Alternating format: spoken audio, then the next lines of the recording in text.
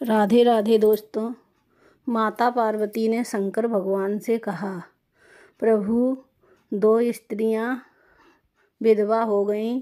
उन तीनों में से एक पति के साथ अपना सुख भोग रही, तो मुझे आप बताइए।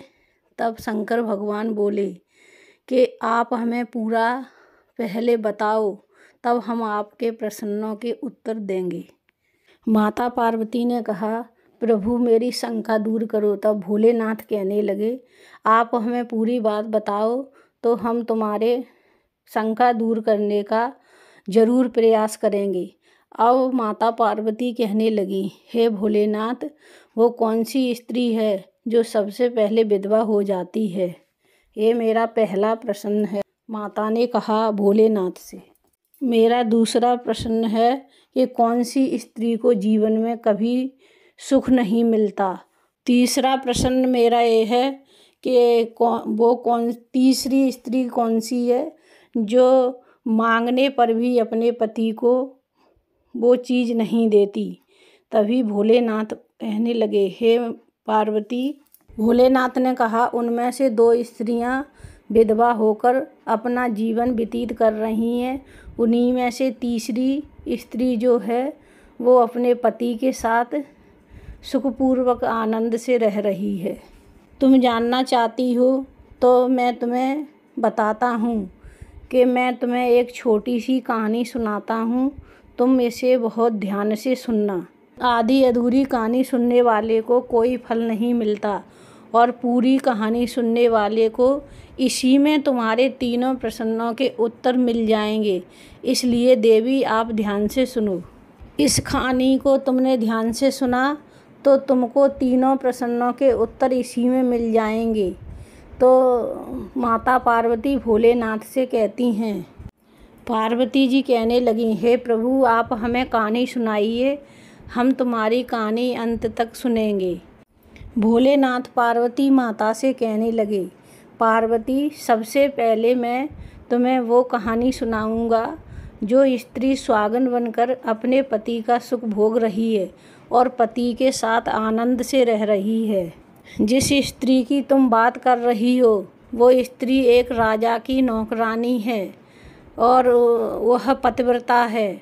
उसका पति अपनी पत्नी की बात बार बार पतिव्रता की अपने दोस्तों को सुनाता है। तो अब सुनिए उस स्त्री की कहानी। उस राजा के नौकर ने इतनी तारीफ की, इतनी अपनी पत्नी की तारीफ की कि मेरी पत्नी पतिव्रता है। तो यह बात दूर दूर तक फैल गई और फैलने के कारण एक दिन यह बात राजा के पास पहुंच गई। राजा ने उस नौकर को बुलाया और उससे पूछा, तुम अपनी पत्नी की इतनी तारीफ करते हो कि तुम्हारी पत्नी पतिव्रता है, तुम्हें पूर्ण विश्वास है? तब उसने कहा, हाँ महाराज, मुझे पूरा विश्वास है कि मेरी पतिव्रता पत्नी है और उससे भी ज़्यादा मुझे विश्वास है कि मेरी पतिव्रता पत्नी है। तभी राजा का मंत्री कहने लगा, यदि मैं तुम्हारी पत्नी का पतिव्रता व्रत खंडित कर दूं तो? तब उस नौकर ने कहा, यदि तुम मेरी पत्नी का पतिव्रता व्रत खंडित कर दोगे तो मैं फांसी पर मुझे चढ़ा देना, और यदि तुमने पतिव्रता व्रत खंडित नहीं कर पाया तो महाराज इन्हें क्या सज़ा दी जाएगी? तब महाराज ने कहा कि इनको भी फांसी दी जाएगी। तो मंत्री ने यह बात स्वीकार कर ली। तब से पार्वती से कहने लगे, हे पार्वती। वह मंत्री नौकर से कहने लगा, यदि मैं तुम्हारी पत्नी को पतिव्रता व्रत नष्ट कर दूंगा तो तुझे कैसे तू स्वीकार करेगा? तब वो नौकर कहने लगा कि तू मेरे घर जा और मेरे शादी में जो शादी होती है, जब एक कटारी और पटका दिया जाता है जिसे बांधा जाता है कमर में, वह मेरी पत्नी ने बहुत संभाल कर रखा है। उसको सुहाग की निशानी कहते हैं। यदि तू उसे लाकर मुझे दिखा देगा तो मुझे पूर्ण विश्वास हो जाएगा कि तूने मेरी पत्नी का पतिव्रता व्रत खंडित कर दिया है। तभी मैं फांसी पे चढ़ जाऊंगा। तब शिव पार्वती जी से कहने लगे, हे पार्वती, वह मंत्री राजा से आज्ञा लेकर शहर में चला जाता है तो एक दूती से जाकर मिलता है। वह दूती इधर उधर की बात घुमाया करती थी। मंत्री उससे जाकर मिला। तभी उस मंत्री ने उस दूती को बुलवाया और उससे कहा, तू मेरी एक आदमी का यह नाम है, तू मुझे उसकी पत्नी से मिला दे तो मैं तुझे मुँह मांगा धन दे दूँगा। तभी उस दूती ने कहा, उसकी तो आप बात ही मत करो, वह बहुत पतिव्रता स्त्री है। भगवान शिव कहने लगे, हे पार्वती, ऐसे करके उसने बोला। तभी दूती कहने लगी, उसकी तो तुम बात ही मत करो, वो बहुत पतिव्रता स्त्री है, वो तेरी तरफ तो थूकेगी भी नहीं, तुझे देखेगी भी नहीं। तभी उस दूती ने कहा, मैं ये काम नहीं कर सकती, उस घर के आदमी भी खूंखार हैं, वो तेरी खाल उतार देंगे। तब मंत्री ने कहा, तो तू एक काम कर, तू उसके घर से जाकर कटार और पटका लाकर मुझे दे दे, चोरी करके ले आना और देख लेना, उसकी पत्नी के कोई चिन्ह हो तो मुझे आकर बता देना। तभी भोलेनाथ कहने लगे, हे पार्वती, वह दूती को यह बात समझ आ गई तो उसने कहा, ठीक है, मैं ये काम कर दूंगी। तभी वह दूती उस घर में गई और उस नौकर की पत्नी से कहा, बेटी, मैं तेरी बुआ हूँ, बहुत दिनों से आई हूँ। तब उसने नौकर की पत्नी ने कहा, आइए बुआ जी, बैठिए, मैंने आपको पहचाना नहीं। और उस नौकर की पत्नी ने उसका बहुत मान सम्मान आदर किया उसे, और उसे क्या पता था ये मुझे छलने आई है। अब शिव पार्वती से कहने लगे, वह दूती उसी घर में रहने लगी और वह जैसे ही नौकर की पत्नी नहाने चली गई तो पीछे से वो भी उसके साथ चली गई और उसकी कमर मलने लगी। तभी उसने कहा, नहीं, मुझे मत छुओ, मेरी कमर मत मलो।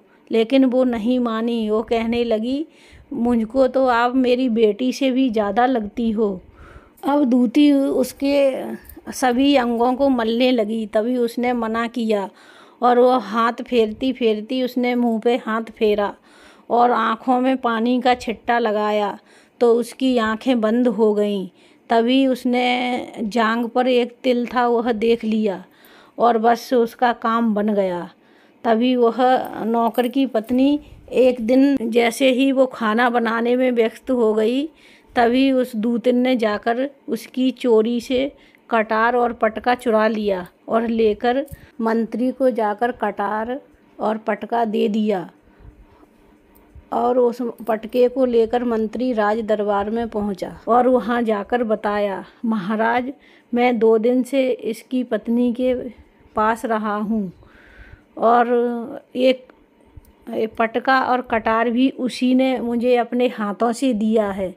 तब राजा ने मंत्री को आज्ञा दी और दरबार लगाया और नौकर को बुलाया। अब शिव पार्वती से कहने लगे। अब नौकर राज दरबार में पहुंचा तो राजा ने मंत्री को आज्ञा दी। मंत्री ने नौकर को कटार और पटका दिखाया और जांघ पे तिल की बात भी कही।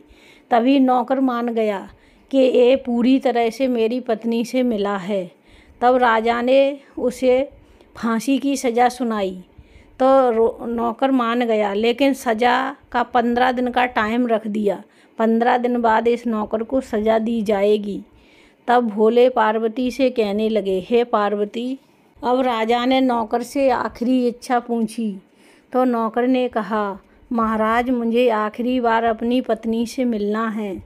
तभी राजा ने उसे आज्ञा दी तो वो नौकर अपनी पत्नी के घर पास गया और घर जाकर बोला कि तुमने हमारे साथ बहुत छल किया है, बहुत विश्वासघात किया है। मैंने राज दरबार में मंत्री से शर्त लगाई थी। मैंने कहा था, अगर मेरी पत्नी का पतिव्रता धर्म नष्ट कर दोगे तो मुझे फांसी पर चढ़ा देना। हे प्रिय, अब मुझे 15 दिन बाद फांसी हो जाएगी। तभी भोलेनाथ पार्वती जी से कहने लगे, हे पार्वती, तभी उस पतिव्रता स्त्री ने अपने पति को सारी बात बताई, लेकिन उसने नहीं मानी, विश्वास नहीं किया और वह राज दरबार में चला गया। तो राजा ने उसे जेल खाने में डलवा दिया। जब वह जेल खाने में पड़ गया तब इधर वह पतिव्रता स्त्री भगवान को याद करने लगी और कहने लगी, हे प्रभु।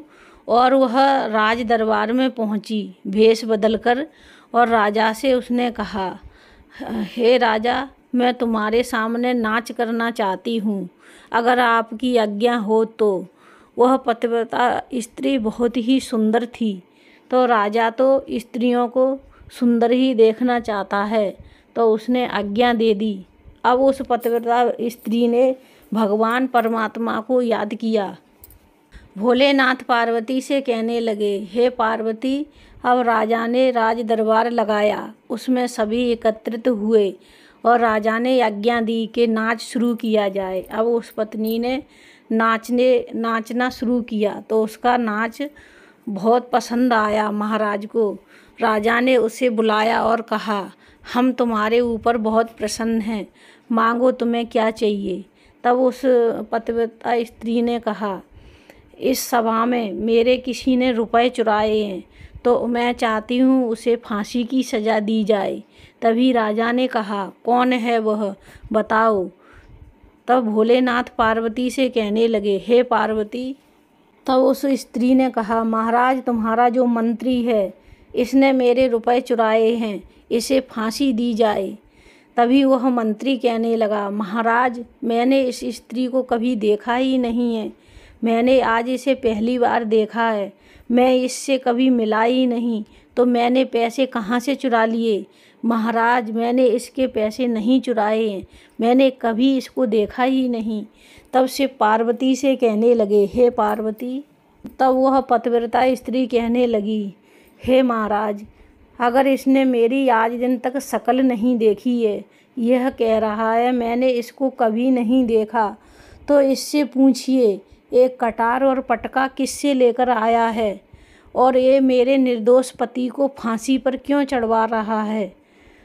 भगवान शिव कहते हैं, हे पार्वती। तब उसने नहीं बता पाया। तब उसने कहा, महाराज, तुम्हारे मंत्री ने मेरे पास एक दूती भेजी थी, उस दूती ने ही मेरी जांघ का तिल देखा है और उसने यह कटार और पटका लाकर इसको दिया है और उसने मुझे बताया कि मैं तुम्हारी पति की बुआ हूँ, तो मैंने उसे बहुत आदर मान सम्मान दिया और उसकी रहने की खाने की व्यवस्था की।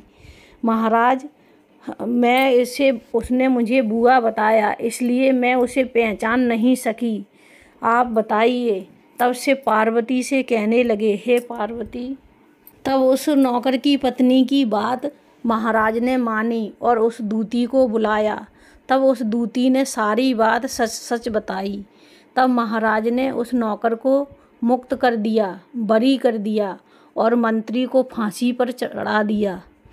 तब राजा से नौकर की पत्नी कहने लगी, हे महाराज, मैं एक पतिव्रता स्त्री हूँ, मैं बहुत चरित्रवान हूँ, मैं अपने पति के अलावा किसी को नहीं देखती और मैं अपने पति से बहुत प्रेम करती हूँ। तभी से पार्वती से कहने लगे, हे पार्वती, मेरी कहानी पूरी हुई, अब तुम अपनी कहानी बताओ, तीनों प्रश्नों के उत्तर आपको मिले या नहीं। तभी उस स्त्री ने महाराज से कहा, हे राजन, मैं कभी भी अपने पति का नाम तक नहीं लेती और उनसे बहुत प्रेम करती हूँ, उनके सिवाय मैं किसी को नहीं देखती। शिव पार्वती से कहने लगे, हे पार्वती, आप जिन प्रश्नों की बात कर रही थी, वह पहला यह है कि जो स्त्री अपने पति का नाम लेती है उसकी उम्र कम होती जाती है और वह समय से पहले ही विधवा हो जाती है। तो आपके प्रश्न थे कि दो स्त्रियां विधवाएं और एक अपने पति के साथ रहकर सुख भोग रही है, तो वे जो दो विधवा स्त्रियां हैं वो अपने पति को नाम लेकर बुलाया करती थीं, तो उनकी उम्र समय से पहले ही उम्र कम हो गई और वह समय से पहले ही विधवा हो गईं। और यह नौकर की जो पत्नी थी, एक कभी भी अपने पति का नाम नहीं लिया करती थी और यह बहुत पतिव्रता थी, इसलिए इसकी पति की उम्र बढ़ती गई और यह सुहागवती रही और अपने पति के साथ रहकर सुहागवती सुख भोग रही है। शिव पार्वती से कहने लगे, तो हे पार्वती, दूसरा प्रश्न आपका था कि किसी स्त्री को जीवन में सुख नहीं मिलता, वो कौन सी स्त्री है? तो हे देवी, वह यह स्त्री है जो अपने पति की बिना आज्ञा से तीर्थों में, मंदिरों में, हर जगह चली जाती है और उनसे आज्ञा नहीं लेती, बिना आज्ञा का ही काम करती है। उस ऐसी स्त्री को कभी भी जीवन में सुख नहीं मिलता।